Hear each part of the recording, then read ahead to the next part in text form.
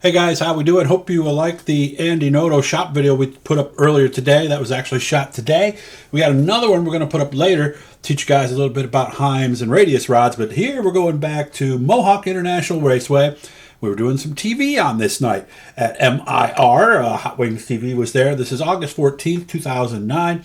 And I always love getting a chance to going up and seeing my friends up there, the Mohawks of the Akwesasne. Great people. And this racetrack was redone. I believe it was 0203.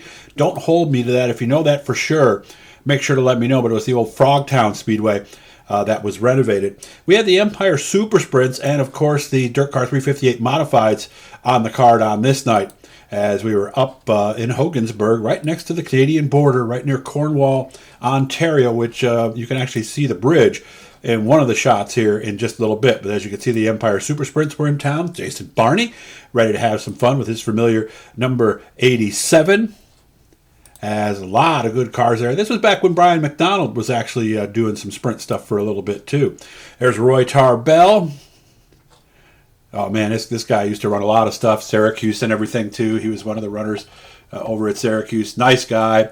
Always had a chance to hang out with them and his crew and everything. And this was back when the black and white was in. Remember, they would look like it was the grayscale look. It would look like you took a black and white picture until you saw the backstretch and saw like the green of the trees. It was very cool. Steve Poirier hanging out here, of course, a multi-time champion with the Empire Super Sprints. Greg Byrosh on the left, and Mickey is running the camera. That's the guy in the actual Hot Wings t-shirt. Lance Young, future Hall of Famer, the 17J. And this was back when Doug Emery was actually driving. It wasn't just a car owner. He was actually driving here. Of course, still owns the number 33 team. And here's our good friend Corey Sparks. Always has the spiked hair. He has the Guy Fieri haircut. Always. It looks real good, too. Mike Walton. Of course, longtime friends with Jason Barney. And I'm not sure if Mike had his business going yet, but down the road, obviously, things would change for him. There's Louis Jackson, former winner at Syracuse. Just chatted with him on the phone the other day. This guy, I know his last name is Brown, but he used to sell these National Speedway directories. And before the internet and everything, if you didn't have a National Speedway directory, you weren't a race fan. And, man, I remember those right there. There's Dave Thompson on the right and Roy Tarbell on the left there. Big Dave. Always like seeing him. And it's meeting time as Dean gets up there and gets to tell everybody what's going on this particular night at MIR. There's all the folks ready to go and have some fun on this night. Nice to see you guys. We miss you. And a lot of these guys we don't see much. There's Steve Poirier. And the guy with the fro is Mikel Perrant. He did a haircut right about here, didn't he? So, and there you see some more guys that are hanging out. Doug Emery in the middle there, of course, getting ready to have a little fun out there at the racetrack. There is the Cobra, Chuck Hebing, hanging out with Lance Young. And there is Jason Barney again, listening to the meeting intently.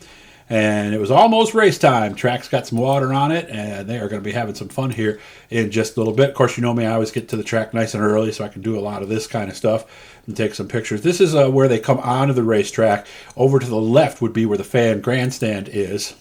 One of the locals here, having some fun. I always tried to make sure that I got a chance to interview some of the guys.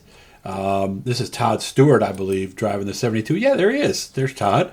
Ran at Syracuse a lot as well. I was surprised he was running at Mohawk back then. There's Mrs. Cook, Jeff Cook's wife, and of course the daughter of Adrian Flath. Boy, she's been around the racing game for a while. And there is Jeff getting ready to go in his sprint car. Going to go out and have some fun. There's the number 66 team. Dale Plank was driving for them at this point for Kerry Terrence. That's Dale 77. You see over at the left, that's Kerry 66 with the orange on it right there. As the sun is going down and the place is starting to fill up a little bit as they get ready to go. Great food, by the way, up at this place. If you've never been, and look at this. This is how you get up. Over to the right in this area right here is where the video stand is, and that's where we would go to shoot the video. A little intimidating because there's not a lot of railing there for obvious reasons, because you need to be able to shoot. You can't have the railing in front of you, and you're shooting down. So it was not exactly the most comfortable place to be. And if you look on the horizon, there is the bridge. It'll take you to Cornwall right there.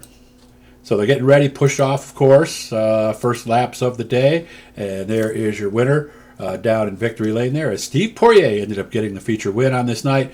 And with the camera I had early on, you couldn't do a lot of pictures when it got dark. But great place. Can't wait to get back up there this summer. I've been chatting with some of my friends up that way. I will be up to see you guys this summer, and might even spend the night and come up and have a little fun with you guys as well. So shout out to all my friends up there, all the Mohawks up there in Akwesasne. We hope to see you soon. Hit the Blue E guys. That'll subscribe you every time we're doing something cool. And hope you like the stuff we have up for you here today.